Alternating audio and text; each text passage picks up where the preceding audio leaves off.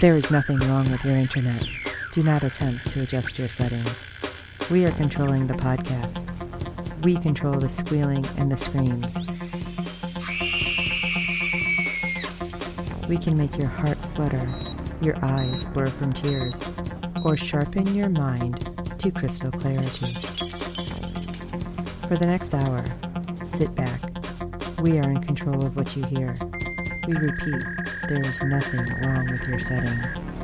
You are about to experience the awe and mystery known as the female mind. You are now entering the Fangirl Zone.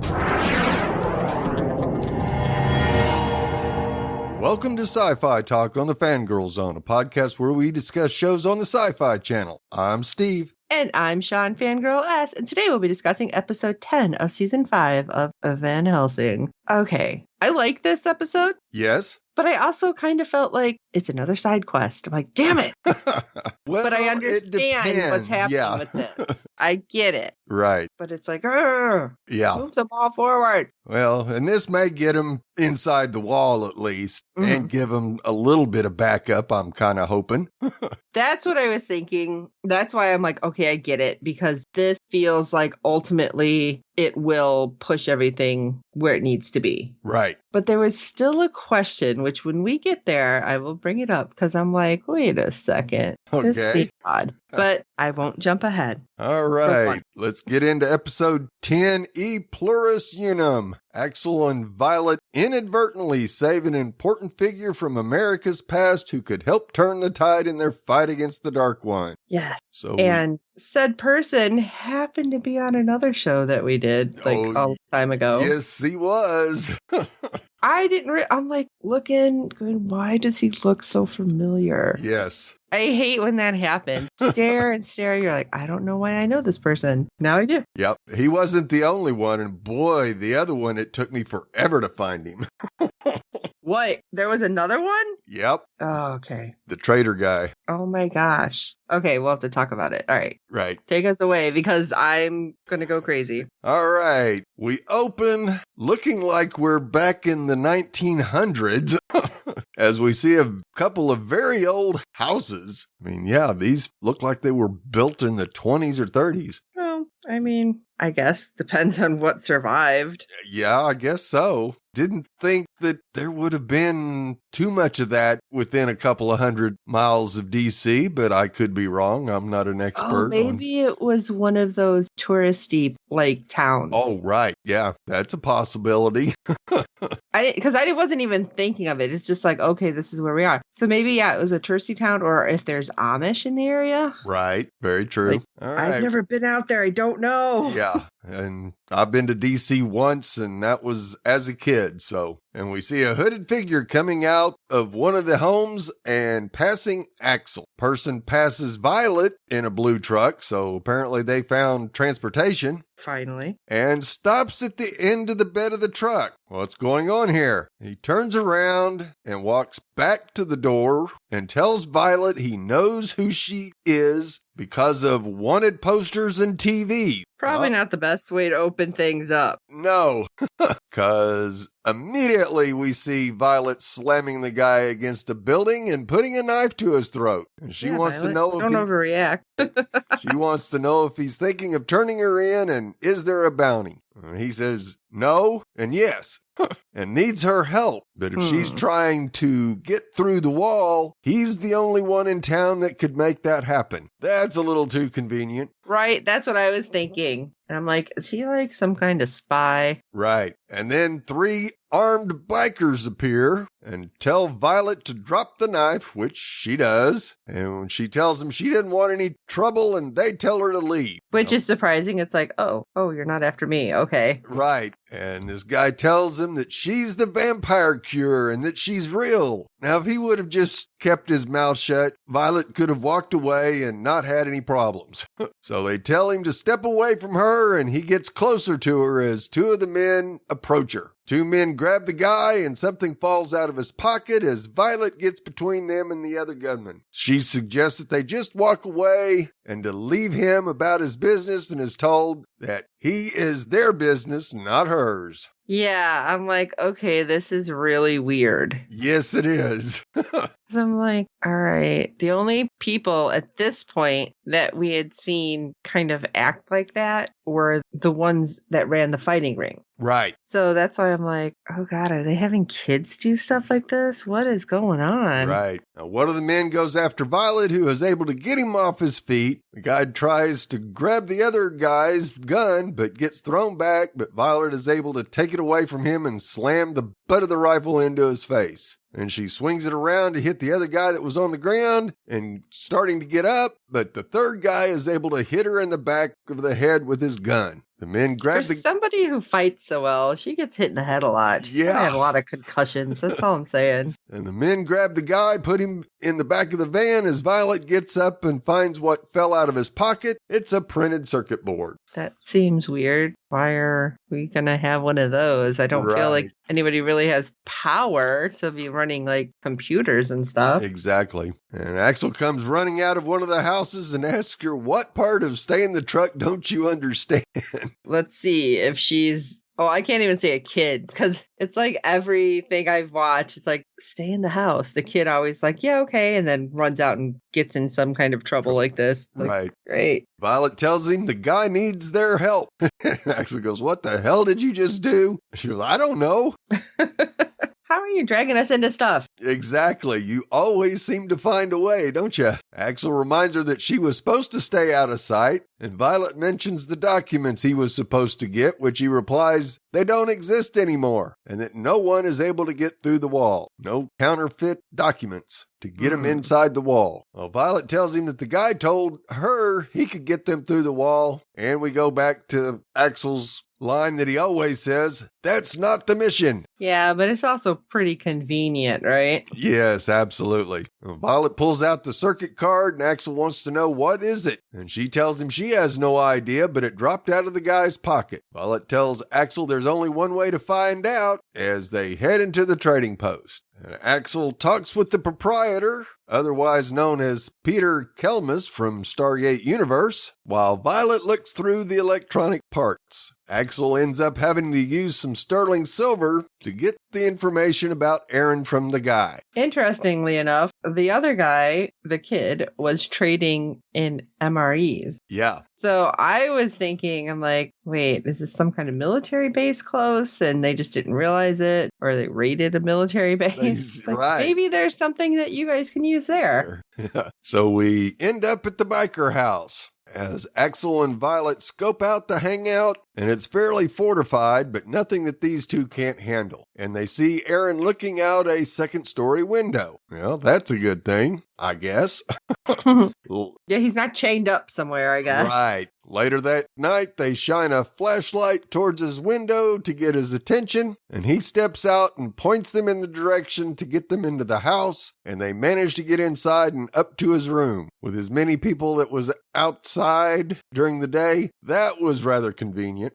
I assumed there were like stairs or something to that balcony. Because didn't he open like an outside door out? Right. Yeah. Yeah, I didn't see any stairs. But I would also think that if you're guarding somebody, you have somebody on those stairs or whatever all the time. Yeah, absolutely. And with as many men as they had, there's no way that they could have just walked in and got up to his room. Right. Now, Aaron is more focused on what Violet can do than the questions Axel is asking about what he could do for them. And of course, Axel wants to speed this up. Clock's ticking. The Dark One, remember? It's like, hello, mission. Yeah, and they hear a noise and turn to see a vampire behind bars in Aaron's room. What the holy hell is going on here? Yeah, it's like, why do you have him in your room? What are you doing? Yes. And Aaron tells his dad that it's okay. She's here to help him. And Axel recognizes him as Davis Park, the 45th president of the United States. What the what? So they're really giving us a timeline. Yes. So it's like, oh, okay, 45, got it. Yeah. So it's supposed to be officially, because I know they had dates, but it's like, okay, this is the timeline we're in. All right, it's been so many years. Gotcha. Right. Assuming everything previous to this kind of fell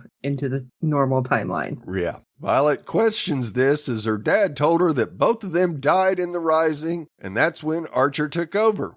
Aaron replies, "Do we look dead?" as he gets a bag of blood from a mini fridge and gives it to his father. Where is he getting this blood supply? That's what I was thinking, but I'm like, okay, maybe all the people there are donating. That could be. And then the other thing, I'm like, all right, I get that they thought 45th president was dead, and so then the vice president would take over. Totally get that. Right. What I don't understand is why she specifically said, both you and your dad died. That's why Archer took over. So I'm like, Archer would have taken over even if the kid survived then. Right. It didn't matter. Yes. Yeah, it didn't matter if Aaron was alive or not. Right. It's like, that doesn't make sense to me, but okay, whatever. Yeah. As soon as they thought Davis was dead, yes, it was time to move the vice president up. Although I did think it was really cool how he does explain, like, they were trying to get to Air Force One. Right. And it's like, okay, well, that makes sense. But then at the other side of it, I'm like, why wouldn't they take Marine One to Air Force One? Yes. I'm like thinking, hold on, that doesn't seem right.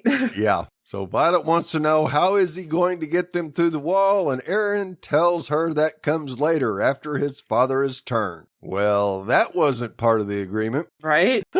Axel wants to know why he's being held by a bunch of bikers, and he tells them that he's not exactly a captive. What do you mean? Fill it. I'm tired of these stupid games. Yes. Had you just told them everything up front, I think it would have been no question. Like, oh, okay, fine, let's do this. Right. Violet tells him she's not helping anybody until he explains, and Axel mentions a radio that he's trying to repair. Aaron tells him there's nothing inside the wall for him, and it's not a radio, but a high-tech communication device. And if he can get it to work, he can find his mom. He's not giving... make it somewhere? Yeah, you're right. Apparently, they were not with him and his dad. He's not giving up on his mom and sister, and the comm link will work once his dad is human again, and he will give it to them, and Axel and Violet agree. Axel hears something, and the bikers come in with weapons locked and loaded. A standoff ensues as Aaron tries to convince Hopper that Violet can change his dad back. Well, this gets the president to the bars, and Violet decides it's now or never. She pushes Aaron into the bikers and charges towards the bars, only to get shot by Hopper in the back. But of course, if, as Hopper said, fake news, which I hate that term. Yes. But just because it just sounds so childish. It's like, but if it's not true, then why are you worried if she's going to try to do something? Right. Well, from what he's not going to be more of a vampire. No, he won't be more of a vampire, but I guess he doesn't know for sure if somebody could bite him that would kill him, I guess. I think he just was not going to let anybody get close to the president. That was kind of the job that he took on. He was going to protect the president from anything and everything. It just seemed weird. It's like, okay. But I think it's kind of explained later. Right. Without officially explaining it. Yes. So I don't know if everyone else picked up on it, but we'll talk about that when we get there. Yep. This doesn't stop her as she grabs the president's arm and bites it. And they all watch as the president coughs up the black goo and changes back to human. Yeah, it's so quick. But I'm like, damn, just shot her in the back. Yeah. And it probably was a little too close to her heart, I'm sure. I mean, what's the only thing, though? It's pretty much just taking their head, we figured at this point, right? Yeah. Now, the president asks Violet, what did she do? And she replies, ended your pain, Mr. President. And we go the next day where Aaron and Violet are sitting outside on a bench, and Violet asks if he's okay. Aaron tells her that he never thought he would get him back and thanks her. All right. Did you feel like it was almost pushing to a romantic thing? Like when she touches his leg and hand and they're staring at each other. I'm like, what is this shit? Right. I'm going to tell you, I'm just like, no. Yeah. Do not throw this in here. Come on. Right. Really, I kind of thought it was more Violet trying to comfort him, but as the episode went on, it was like, maybe not. And of course, this would just make it everything even almost. You've got Jack and Ivory, so surely Violet's got to have someone. I feel like they're going to pop up with her boyfriend. Right. Or all of a sudden. And she tells him that this wasn't what she was expecting. The president, his son, and a bunch of bikers living together. That's the understatement of the year. Right? He tells her that he and his father were at the White House while his mom and sister were in Virginia on the day of the rising. Aaron explains that they were on their way to a secure bunker when their convoy was attacked and the president got bitten. Yeah, because that's when he said, yeah, we were headed for Air Force One. Right. To take us to a secure bunker. And I'm like, Area 51? Yes. Or in Colorado. Yeah, Colorado. I can't remember the name of it, like the big underground bunker thing. But I'm like, yeah, exactly. I'm like, why are they taking the car? Because if it's super crazy out, I figured that it would take Marine One over. And they said they were trying to get to Boston. I'm like, wait a second. Or Baltimore, I think it was. Baltimore. Was it Baltimore? Yeah. Okay. But I'm sitting there going, I really have no idea how everything's laid out on the East Coast. Because I'm like, how close is that? Was that where they'd actually fly out of? What is happening? Right. Like, I thought everything was super close, like within like a maybe 10-minute drive or something or less. Right. There should have been. That's for sure. That's why I thought it was weird. Yeah. And the only problem I had with this whole explanation was they're in the limo. And Aaron says, yeah, the security forces fought as hard as they could, but they were finally overran. How did the president get out of the limo to get bitten? Or how the hell did a vampire get in there to bite him as secure as that limo is supposed to be?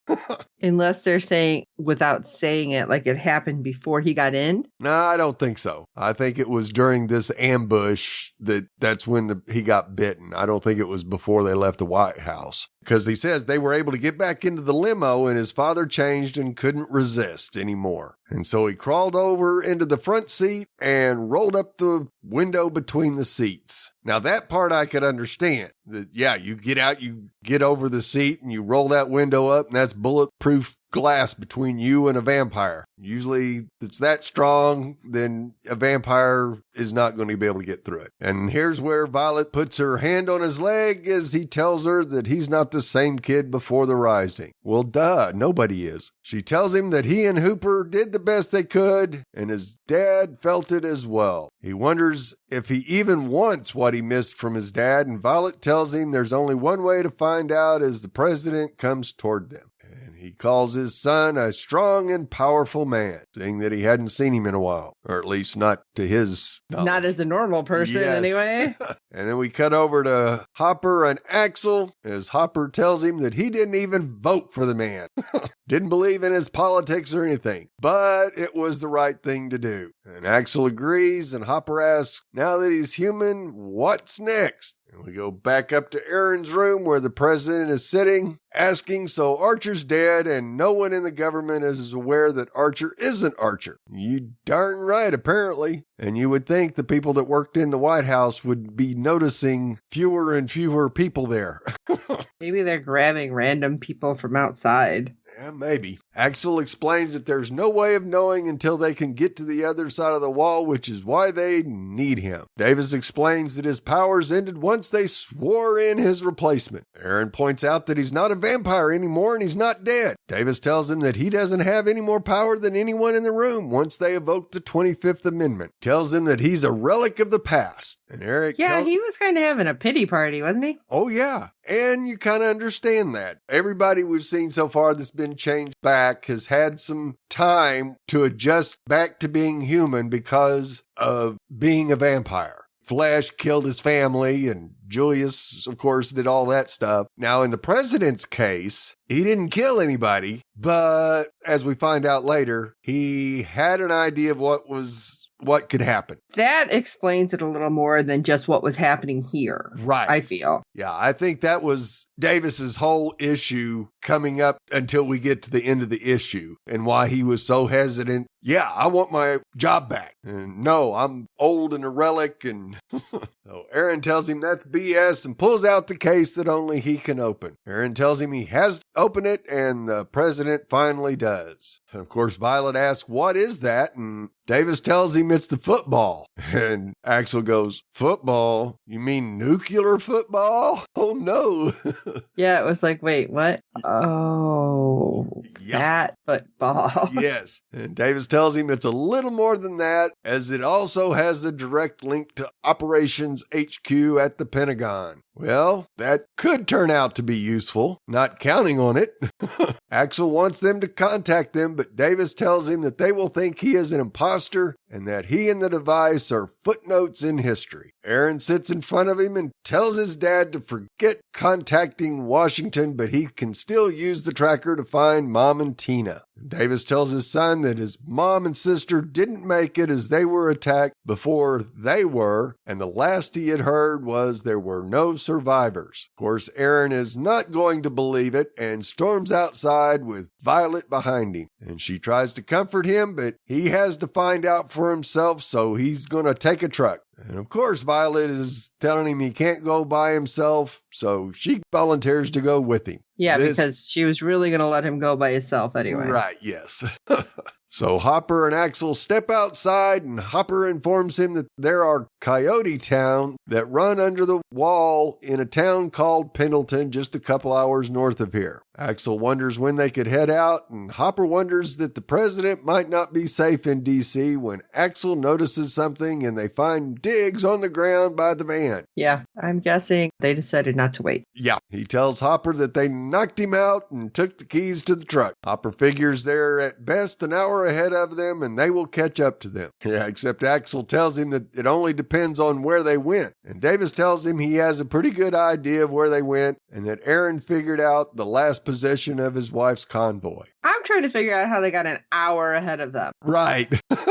Yeah, you would think with him stomping off like that and Violet going after him, oh, well, we'll just sit down and have a brew here inside, talk smack, I guess. I don't know. Before they decide to go outside and figure out what their next step is. Axel tells them if they can get him close enough, he should be able to find Violet. And I went, yeah, we had kind of discussed that maybe that is Axel's superpower. Yeah, but he doesn't explain it. I'm glad they didn't exactly go into it. Right, yeah. Because I'm like, quit telling everybody. Yes. Gonna get you killed, Axel. So Hopper tells Diggs that he's with them and everyone else is to protect President. And Davis tells him that if anyone is going to get his son back, it should be him, as he appreciates Hopper for being a surrogate father, but needs to step up to the plate. He also says at some point, it's like, I think you've earned the right to call me by my first name. Right. And I think at this point is when we realize that he was part of the Secret Service without them saying it. Interesting. At least that's what I got. Interesting. That him and the other guys were like some Secret Service agents because, hello, you still have a personal life. Doesn't mean that and biker gangs, when you say it, it's like everyone automatically thinks something horrible. It's like, not necessarily. Right. Oh, so, I mean, that would explain why they were trained, why they had him and the kid there. It very well could be. They just maybe weren't the ones that were on his security detail at the time, and that's why they ended up getting him after. Yep. Because otherwise it doesn't really make sense. Right. That just some random bikers found the president. Right. Okay, we'll keep you both safe. Yeah.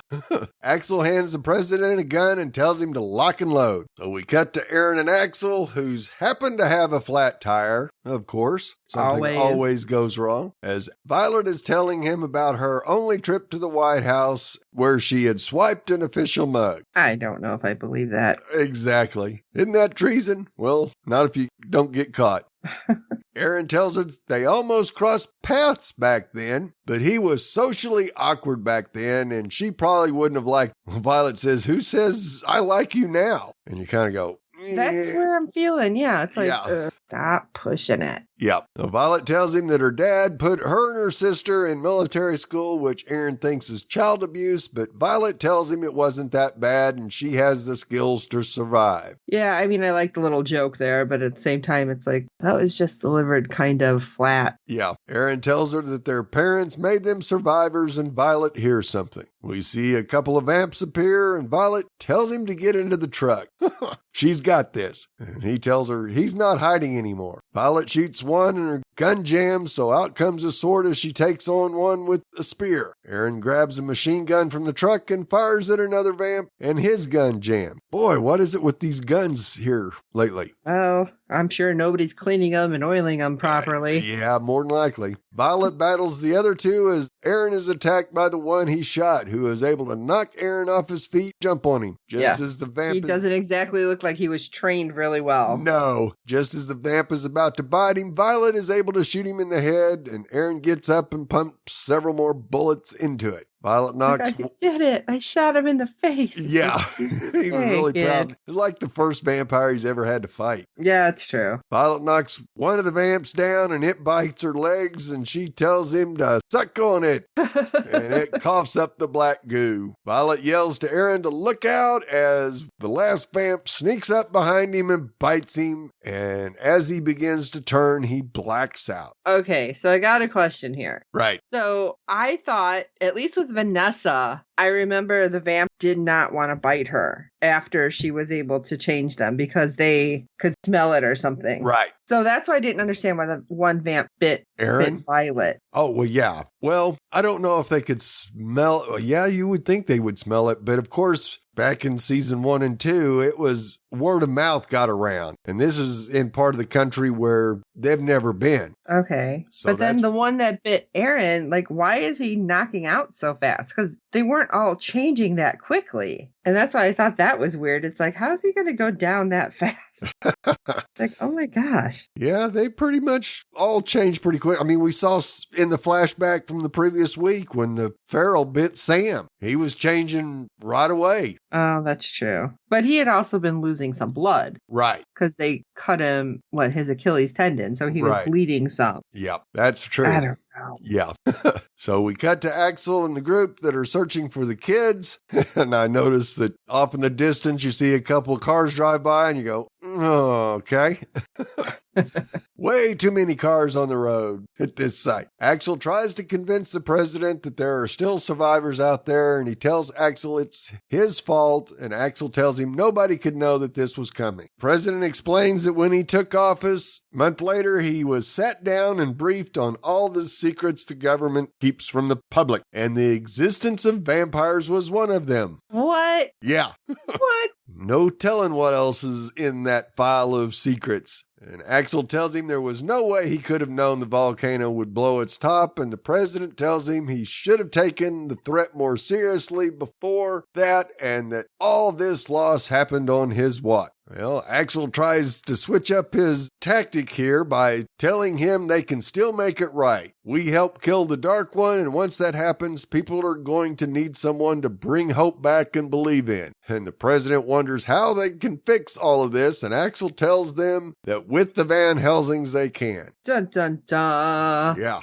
So they find the truck that Aaron stole and see a couple of bodies laying on the ground. Of course, the president freaks out until they discover it's not Aaron and Violet, but a couple of vamps. And we see Axel yelling for Violet a couple times, and he figures they've moved on as Davis yells for Aaron. As Hooper escorts the president back to the van, and how they avoided him going to the truck, I don't know, but a vamp hiding under the dirt rises up, and Axel yells to Hopper, who pushes the president out of the way, only to take the spear in the back. Okay, I was thinking it was the one that he shot in the face because they didn't take the head. Right. And that it just took a while for him to heal. It very well could have been. But then I'm also thinking, why did you leave the truck? If you killed the vamps, change the tire, keep the truck. Right. I have no clue why they weren't able to change a flat tire. Kids these days. Yeah, it just didn't make sense. Right. Axel takes out the vamp and goes to look for any others, and the president thanks Hopper for everything he's done for him and his son. And we go back to Aaron and Violet as Aaron mentions he could feel the darkness, and Violet tells him she got there as fast as she could and he should be all right. That's what I was like, what are you talking about? Are you being over dramatic? I mean, at some point he does say he was that weird kid. That's why they kept him out of the spotlight and stuff. Right, yes. But I'm like, what are you talking about? Well, I can feel it creeping in me. I'm going to change. It's like, so I'm thinking, all right, she's changed people back before. And Aaron, I think, is the first one that she's caught like right after he was bitten. Right. Right? Yeah. Okay. I'm like trying to remember going back. Right. And so his dad was the first one she bit since she took the darkness in to stop that one thing that was killing the sisterhood. Right. So maybe there's something to that. I don't know, Yeah. but he just seemed a little overdramatic to me. Yeah. Yeah, he was being a little overdramatic there. I will admit to that. But Violet notices that they are at the location of the signal, and they see a couple of vehicles and a police motorcycle, and Aaron runs towards one of the vehicles as Axel and company pull out, and the president yells for his son. Aaron doesn't stop and opens the door to the vehicle only to find out what his dad had told him was true. I didn't understand this, though. Like, if that signal had never moved, right? Okay, they were in the car, they got the same thing. Why would they have never left the car? I'm assuming they weren't vampires because they're dead. Right. But why would they have stayed in the car until they died? I know. Yeah, that's a good question. Now, maybe they got shot by a vampire. I don't know. I know. It's just like, what? Yeah. This is weird. Yes. Big hand wave. So Davis runs to his son and tells him that he's sorry and it's all his fault. So between Aaron's rage, Hopper's death, and Axel's previous talk, Davis tells his son that they're going to take the vamps down, and every one of them agree to help him. Aaron realizes that Hopper isn't there, and his dad tells him that he saved him and that they are going to take America back for everyone who has been affected. They bury the first lady and daughter, and Dig asks Axel, what's the plan? That 5 times fast. Yeah. And Axel, yeah, I noticed that. I'm sorry. Where did the shovels come from? Yes, exactly. Well, they didn't look like they were buried. It was more mounds, but still, that's a lot of dirt to put over a couple of bodies by hand. Right. Now, maybe the van had some tools in it. And Axel tells him to find the tunnels Hopper was talking about and to get inside the wall. Axel tells him that they need to keep the president safe. Then Davis walks up and Axel tells him they have to keep him alive. So Davis says, "Oh, you mean you're not taking me?" Well, are you surprised? No. No. How are you going to take the White House by force? It's impossible. Well, we got to do it anyway, Axel replies. And Davis thinks for a second and tells Axel that maybe he can help even the odds. They take out the comm link and calls the Pentagon and is first met with doubt until the president mentions an old debt the general owes him and asks if his wife and child are safe. Yeah, I went, yeah, you still owe me $20. It's like, what?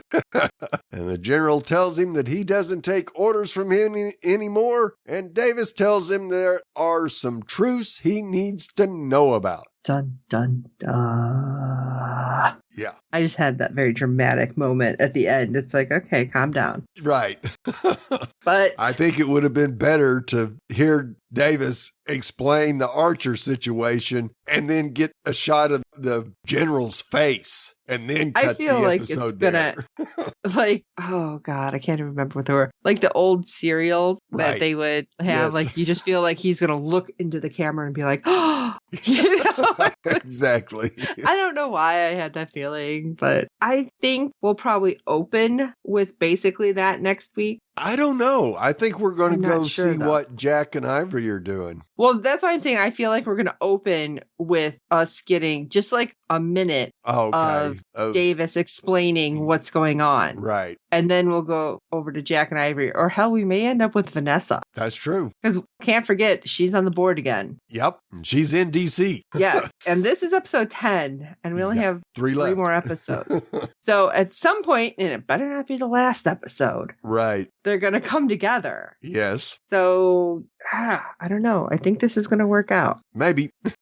Like, people on our side work out. Right. Yes. I don't know. It's just like, it's stressing me out. Yep. But we'll see. Well, you know how we feel about it. We want to know how you feel about it. Shoot us an email at sci-fi talk. That's SYFY talk at fangirlzone.com. Let us know your thoughts, opinions, comments, questions, tinfoil hat theories. What do you think's coming? We want to know. We will, of course, answer you. And if for some reason you're you're getting this much later because you didn't get into the series right away, we will still answer you. Yes. We just won't have this on air then if it's much, much later. And while you're at it, if you can rate and review us on all platforms that you're listening to us on, because good ratings and reviews help other fans of the show find us. Tell your friends. We do hope you're enjoying the podcast. Get your friends to binge watch all of it. They totally can. We understand a lot of people are having some issues right now with some updates with certain platforms. Yes. Hopefully that's getting fixed. I understand it's a big deal and not necessarily just us. Right. I'm just in general, like there's an issue with a certain platform, which we won't go into. No.